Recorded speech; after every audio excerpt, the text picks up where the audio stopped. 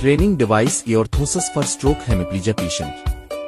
फालिज, stroke, दिमागी infarction, cerebral infarction के बाद अक्सर मरीजों को जिस्म के एक हिस्से में कमजोरी या मुकम्मल फालिज का सामना होता है, जिसे हेमिप्लीजिया कहा जाता है। ऐसे मरीजों के लिए बाजू, हाथ, टांग की हरकत वापस हासिल करना एक लंबा और सब्र आजमा अमल होता है। खुशकिस्मती से आज जदीद साइंसी आलात ने इस बहाली के सफर को आसान बना दिया है।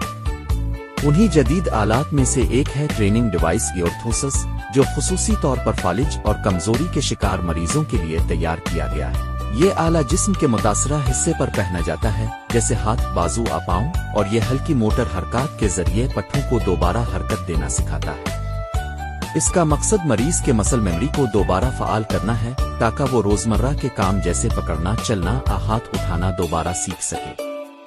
इयरथोसिस में नरम मगर मजबूत सपोर्ट मौजूद होती है, जो जिस्म के जोड़ों को सही जाविये पर रखती है, ताकि हरकत कुदरती अंदाज में हो।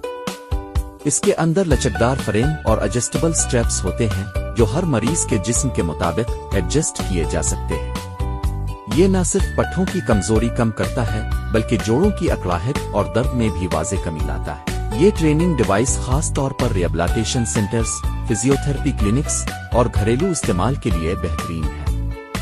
हल्के वजन और आरामदेह डिजाइन की बदौलत मरीज इसे रोजमर्रा वर्जिश के दौरान आसानी से पहन सकता है। कुछ जदीद मॉडल्स में स्मार्ट सेंसर्स भी मौजूद होते हैं, जो हरकत का डेटा रिकॉर्ड करते हैं, ताकि फिजियोथेरापिस्ट मरीज की तरक्की को मॉनिटर कर सके। फालिज के बाद जल्दी इलाज और बाकायदा मशक़ें मरीज के मुकम्मल सेहत याब होने में अहम किरदार अदा करती है, और ये ट्रेनिंग डिवाइस इयरथोसिस इसी मकसद के लिए एक काबिल एतमाद साथी साबित होती है।